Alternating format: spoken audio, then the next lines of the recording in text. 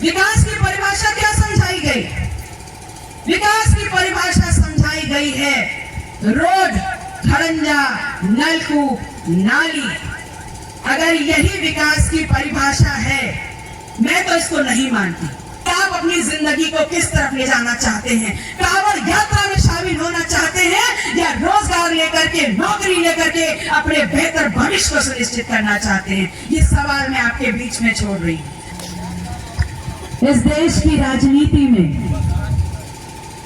किसान, मजदूर, पिछड़ा, दलित, शोषित समाज को एक सम्मान, एक अधिकार, एक पहचान, एक विचारधारा, एक मंच, एक झंडा देने वाले अपना दल के संस्थापक बोधिसत्व यशकाई डॉक्टर सोनेलाल पटेल जी के चरणों में अपने श्रद्धा के सुमन अर्पित करती और उनके जाने के बाद कमेरा समाज के सम्मान, अपना दल को और समस्त पदाधिकारी, कार्यकर्ता, समर्थकों को अपनी आंचल की छांव में सुरक्षित रखते हुए अपना दल को भारतीय राजनीति का सबसे ज्यादा अहम किरदार और राजनीतिक संगठन बनाने का काम कर रही राजमाता कृष्णा पटेल जी को बारंबार धन्यवाद देती हूँ, जिनके निर्देश पर आज हमें मौका मिला है कि आज इस केसरिया गांव में हम आपके बीच में बोलने पा रहे हैं। मंचासीन उपस्थित हमारे प्रदेश अध्यक्ष डॉक्टर CL पटेल जी, राष्ट्रीय कार्यकारिणी से एडवोकेट दिलीप पटेल जी, अजय पटेल जी, राष्ट्रीय सलाहकार और इस कार्यक्रम के संयोजक और प्रभारी राजेश पटेल जी, जिला पंचायत राजकुमार पटेल जी, प्रदेश सचिव रवि बरार जी, राम सरोजन जी, इस जनपद के जिला अध्यक्ष रमेश पटेल जी, और जिनकी वजह से ये कार्यक्रम हो रहा है, हमारे विधानसभा अध्यक्ष शुभम यादव जी, विधानसभा अध्यक्ष महिला मंच रेखा पटेल जी और मेरे साथियों में शुमार जो लगातार अपना दल को आगे बढ़ाने का काम कर रहे हैं, अभिषेक विश्वकर्मा जी, रमेश बिंद जी, घनश्याम यादव जी, जिनका नाम ले पाए और जिनका नाम नहीं ले पाए, इस देश की आधी आबादी माताओं बहनों का, अपने बुजुर्गों का, नौजवान साथियों का, अपने साथी जिला उपाध्यक्ष अरशद खान जी का, आप सभी का तहे दिल से हार्दिक स्वागत, अभिनंदन और वंदन करते हैं। एक धारा प्रवाह नदी आप सबने देखी होगी और उस तेज धार से बहती हुई नदी में मुर्दा बह करके दूर तक चले जाते हैं और उस धारा प्रवाह नदी में विपरीत परिस्थिति में खड़े होकर के जो सबका सम्मान बचाने का काम कर जाते हैं, वो समाज के पुरोधा कहला जाते हैं। और ऐसे पुरोधा सोनेलाल पटेल आपके बीच में आए, ऐसे पुरोधा मान्यवर काशीराम आपके बीच में आए, ऐसे पुरोधा जननायक जगदेव प्रसाद कुशवाहा आपके बीच में आए, ऐसे जननायक और पुरोधा माननीय मुलायम सिंह यादव नेताजी आपके बीच में आए। मैं आपसे कहने आई हूँ कि आज ना बाबा साहब हमारे बीच में है, ना नेताजी हमारे बीच में है, ना डॉक्टर साहब हमारे बीच में है, ना कर्पूरी ठाकुर हमारे बीच में है, ना मान्यवर काशीराम जी हमारे बीच में है। तो किया क्या जाए? क्या सर पे हाथ रख के ये समझ लिया जाए कि अगर ये होते तो वो करते, वो होते तो ये करते? नहीं, आज परिस्थितियां ये है और फक्र की बात है हम लोगों के लिए कि अगर हमारे पुरोधा किसी आंदोलन को छोड़ करके हमारे बीच में असमय विदा हुए हैं, तो उनकी आगे की पीढ़ी होने के नाते ये हमारी जिम्मेदारी बन जाती है, ये हमारी हक बन जाता है और हमारा फक्र बन जाता है कि उनके छोड़े हुए काम को पुरजोरी से आगे बढ़ाने का काम कर जाए। हम जितने भी नाम मैंने गिनाए, इन सब का सपना क्या था? इन सब का सपना था कि आजाद भारत में हर समाज की आजादी, आजाद भारत में हर हाथ में नौकरी हो, आजाद भारत में हर थाली में 56 भोग लगे हो और आजाद भारत में इस देश को पहचान देने वाला किसान आत्महत्या को मजबूर ना हो, बल्कि सर उठा करके उसका सम्मान इस देश में हो। सिर्फ ये सोच थी। 75 साल की आजादी का जश्न हम मना रहे हैं लेकिन 75 साल पहले जंगे आजादी के लिए हर जाति, हर धर्म, हर वर्ग, हर समुदाय से ऊपर उठ करके सबने बराबरी की जिम्मेदारी निभाई, तब जाके ये आजादी हमको मिली। लेकिन आज जो परिस्थितियां हैं आपके आसपास, उसको देखिए। गरीबी, अशिक्षा, बेरोजगारी, भुखमरी, आपके जूतों के निचलने वाला आपका सम्मान, ये हर गली कूचे में पसरा पड़ा है। और जब से मैंने ये कार्यक्रम शुरू किया और मैं आप लोग के बीच में, अपने समाज के बीच में बैठने का काम कर रही हूं, एक बात छन के सामने आती है। मेरे समाज के लोग दबी जुबान से ही सही ये तो बोल रहे हैं कि दीदी, मन तो करता है कि बोलें, लेकिन डर लगता है। डर इसलिए लगता है कि अगर मुंह खोला तो कहीं जेल में ना डाल दिए जाए। तो एक सवाल आपके बीच में डाल रही हूं कि जितना खुशनुमा माहौल अभी बनाया गया है पिछले 2 महीने में, अगर उस खुशनुमा माहौल में आपके बीच में डर बैठा हुआ है, तो क्या ऐसे ही आजाद भारत की कल्पना आपने की थी? क्या ऐसे ही आजाद भारत की कल्पना आपने की थी? ये सवाल मैं आपसे पूछ रही हूं। और अगर नहीं की थी, तो फिर आपको बदलाव करना होगा। ये डर क्या है? आप ही लोग तो कहते हैं कि जब आप सदन में बोलती हैं तो सरकार थर्रा जाती है, बोलते हैं ना। जब आप बोलती है सदन में तो सामने सब चुप हो जाते हैं। तो आपको डर लगता है, मुझे डर नहीं लगता। आप पुरुषों को डर लगता है, मुझ महिला को डर नहीं लगता। पता है मुझे डर क्यों नहीं लगता? मुझे डर इसलिए नहीं लगता क्योंकि ये मानना है कि ये आजाद भारत संविधान से चलेगा और ये संविधान ने मुझे वोट की ताकत दी है। मुझे इस बात का विश्वास है कि जब मैं सदन में बोल रही हूं, अगर मेरे ऊपर उंगली उठेगी तो मेरा ये समाज ताकत बन के मेरे पीछे खड़ा है, जो मुझे हौसला दे रहा है। मैं आपकी बिटिया हूं, आपके बीच की हूं, इसलिए आपसे मांगने आई हूं पूरे हक से। अपनी जेब की तरफ मत देखिए, आपकी जेब से मुझे कुछ नहीं चाहिए।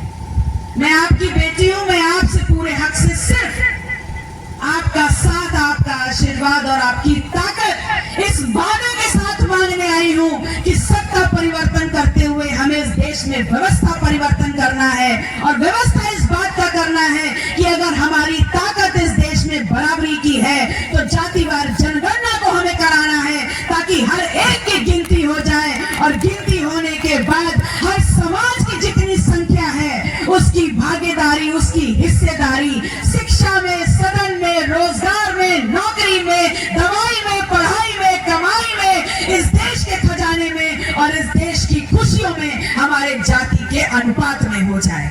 सिर्फ इतना ही तो मांगते हैं हम, क्या गलत मांग रहे हैं?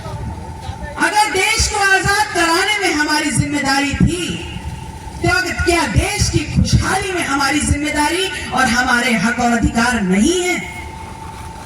जिनको आपने 10 साल पहले सरकार में लाया, क्या सोच के लाया?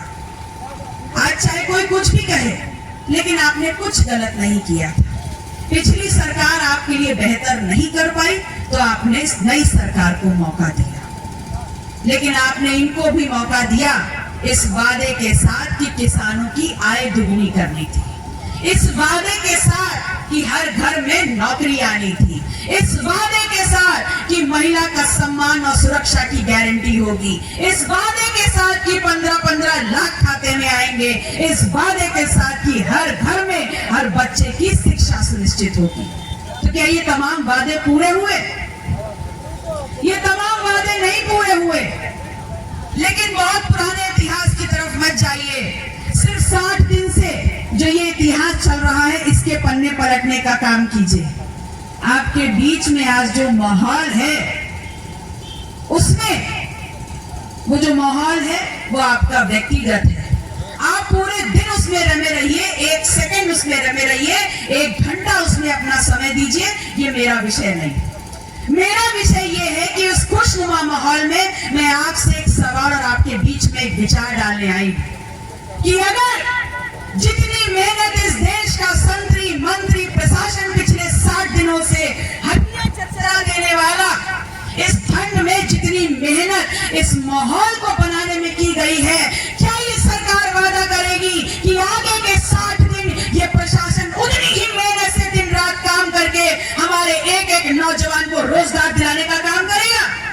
क्या ये सरकार सुनिश्चित करेगी तो जो 60 दिन का माहौल बनाया गया है, अगले 60 दिन में आप ये सुनिश्चित कर देंगे कि किसानों की आय दुगनी हो जाएगी, महिला की सुरक्षा की गारंटी आप कर देंगे और हर एक बच्चे को शिक्षा मिल जाएगी? ऐसे काम आप कर देंगे क्या?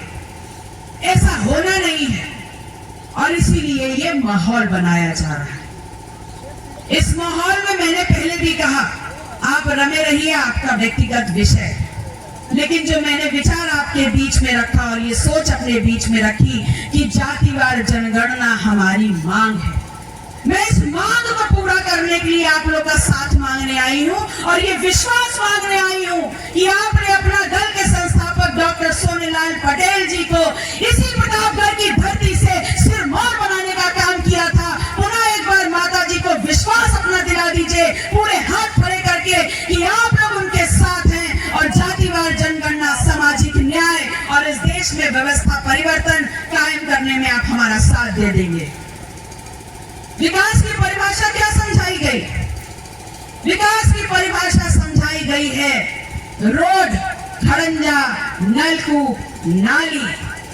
अगर यही विकास की परिभाषा है, मैं तो इसको नहीं मानती, लेकिन अगर यही विकास की परिभाषा है तो आपके ठीक पीछे जो ये रोड चल रही है और जिसपे हम चल के आए हैं, ये अपना दल के सांसद ने आपको दी है, ये मैं गारंटी से कह रही हूं। लेकिन इस विश्व की राजनीति में सिर्फ भारत देश को छोड़ दीजिए, अगर विकास की परिभाषा कुछ है तो उसकी डेफिनेशन है, if a child is born and he moves out of his house, he has school and colleges. Once he moves out of his school and colleges, he has his degree and job in hand. And once he has his job in hand, after 30 days of hard work, he has his payment, he has his salary in his pocket. And once he has his salary in pocket, he has a vision to take his society, his family and his nation to forward.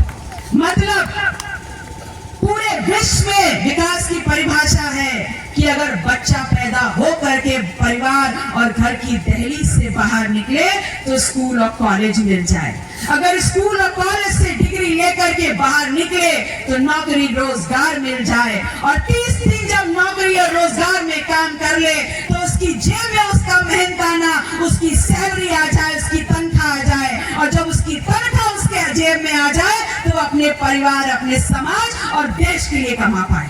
ये है परिभाषा। और अगर इस परिभाषा से इतर कोई और परिभाषा हमको समझाई जा रही है तो ये मान लीजिएगा, ना परिवार आगे बढ़ेगा, ना देश आगे बढ़ेगा और ना ही समाज आगे बढ़ेगा। यहाँ बहुत से नौजवान खड़े हैं, मैं आपके ऊपर ये प्रश्न छोड़ती हूँ और इसका दायित्व छोड़ती हूँ कि आप अपनी जिंदगी को किस तरफ ले जाना चाहते हैं। कांवड़ यात्रा में शामिल होना चाहते हैं या रोजगार लेकर के, नौकरी लेकर के अपने बेहतर भविष्य को सुनिश्चित करना चाहते हैं? ये सवाल मैं आपके बीच में छोड़ रही हूँ। अपनी माताओं से कह रही हूँ कि आप ये समझ लीजिए कि अगर एक बच्चे को पैदा करके आप परिवार को आगे बढ़ा सकती हैं, संस्कार दे करके एक बेहतर दिशा दे सकती हैं, तो अगर आप लोग लाइन में लग जाए पूरी ताकत से तो इस देश में सत्ता परिवर्तन करके अपने गांव समाज की दिशा बदल सकती हैं। मैं अपनी बातों को समाप्त करते हुए पुनः आप लोगों से निवेदन और साथ मांगते हुए अपनी बातों को समाप्त करती हूँ। बहुत बहुत आभार। नमो बुद्धाय। जय अपना दल, जय समाजवाद, जय संविधान।